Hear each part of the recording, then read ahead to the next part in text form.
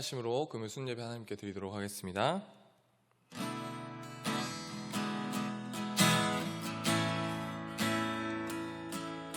주가 보이신 생명의 길, 나 주님과 함께 상한 마음을 들이며 주님 앞에 나가리. 나의 의로움이 되신 주 그 이름 예수, 나의 길이 되신 이름 예수. 나의 길 오직 그가 하시나니, 나를 단련하신 후에 내가 정금같이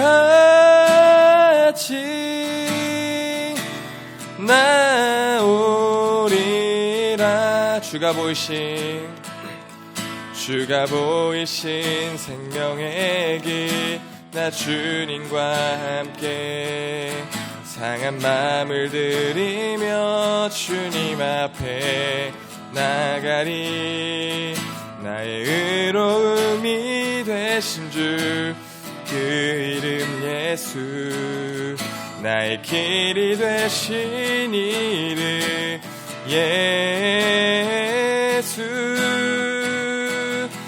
나의 길 오직 그가 하시나니, 나를 단련하신 후에 내가 정금같이 나오리라. 나의 길 오직 그가 하시나니, 나를 단련하신 후에 내가 정금같이 나오리라.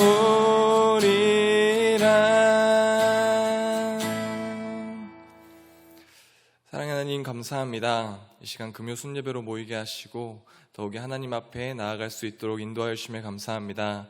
주님, 저희가 오직 믿음으로 하나님 앞에 설 때에 주님 저희를 축복하여 주옵시고 저에게 흔들리지 않는 믿음을 선물해 주시옵소서. 감사드리며 이 모든 말씀 우리 구주 예수님의 이름으로 기도합니다. 아멘. 오늘 함께 보실 하나님의 말씀은 열왕기하 4장 1절에서 7절까지의 말씀입니다. 선지자의 제자들의 아내 중에 한 여인이 엘리사에게 부르짖어 이르되, 당신의 종 나의 남편이 이미 죽었는데 당신의 종이 여호와를 경외한 줄을 당신이 아시는 바니이다. 이제 빚준 사람이 와서 나의 두 아이를 데려가 그의 종을 삼고자 하나이다 하니, 엘리사가 그에게 이르되, 내가 너를 위하여 어떻게 하랴? 내 집에 무엇이 있는지 내게 말하라.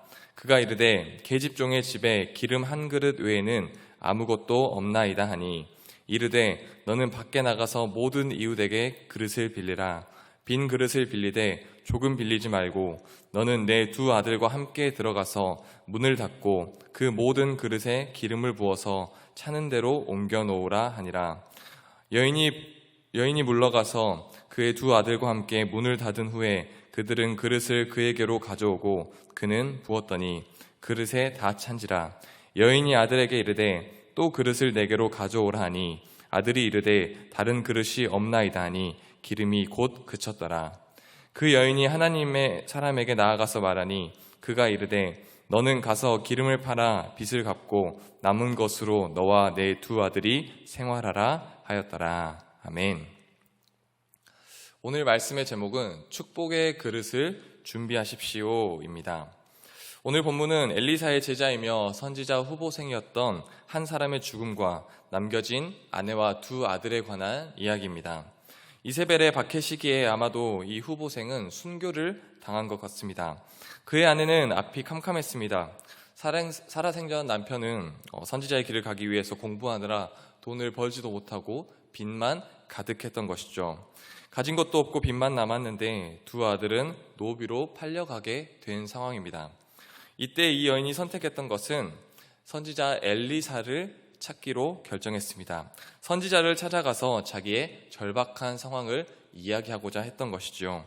그때 엘리사의 첫 마디는 내가 너를 위해 어떻게 해주기 바라느냐, 내가 너를 위해 무엇을 해줄까 였습니다.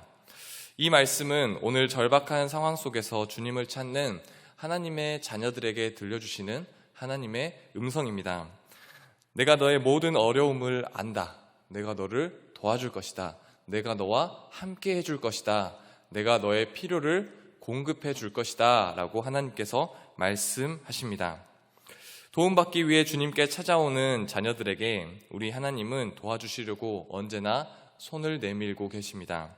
우리 주님은 우리를 돕기 위해 항상 준비하고 계시는 것이죠. 우리 주님은 구하는 자에게 풍성한 삶을 주시기를 원하는 축복의 하나님이십니다. 절망 속에 있는 이 여인은 문제를 가지고 선지자 앞에 나아간 것이죠. 주님은 우리를 돕기 위해 준비하고 계십니다. 그리고 주님은 우리의 믿음의 분량을 보시고 그 믿음의 분량을 축복해 주십니다. 3절에 그릇을 준비하라는 것은 하나님이 부으실 복을 받을 그릇을 준비하라는 의미입니다. 그 그릇은 믿음의 그릇입니다. 하나님과 하나님의 말씀에 대한 믿음이 크면 클수록 많은 그릇을 준비했을 것이고, 하나님의 말씀에 대한 신뢰가 부족했다면 적은 그릇을 준비했을 것입니다. 그래서 우리 주님은 내 믿음대로 될지어다 라고 말씀하십니다. 오직 우리의 믿음만이, 하나님을 믿는 믿음만이 기적을 일으킵니다. 하나님의 능력을 체험할 수 있습니다.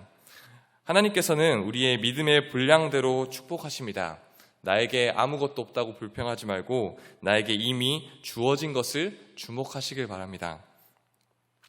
절망적인 상황에 빠질 때 우리 모두는 없는 것에 주목하게 됩니다. 그러나 믿음의 사람들은 나에게 있는 것을 주목합니다. 지금은 그 어느 때보다 눈을 들어서 하나님을 바라볼 때입니다. 믿음의 눈을 들어서 주를 바라보시길 소망합니다. 믿음의 그릇을 준비해야 할 때입니다. 우리 하나님께서는 하나님의 말씀에 믿음으로 반응하는 자들의 삶에 복을 주시고 그들의 삶을 형통하게 해주시겠다 약속하십니다. 그러므로 상 주시는 하나님을 믿고 은혜의 풍성한 하나님을 바라보는 우리 모두가 되어야 될 줄로 믿습니다.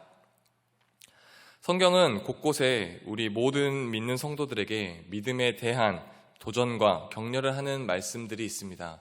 더욱이 오늘 이 본문 말씀은 열왕기하에 나온 과부 이야기는 우리에게 그릇이라는 사물을 통해서 믿음에 대한 도전과 믿음에 대한 격려를 해주고 있습니다.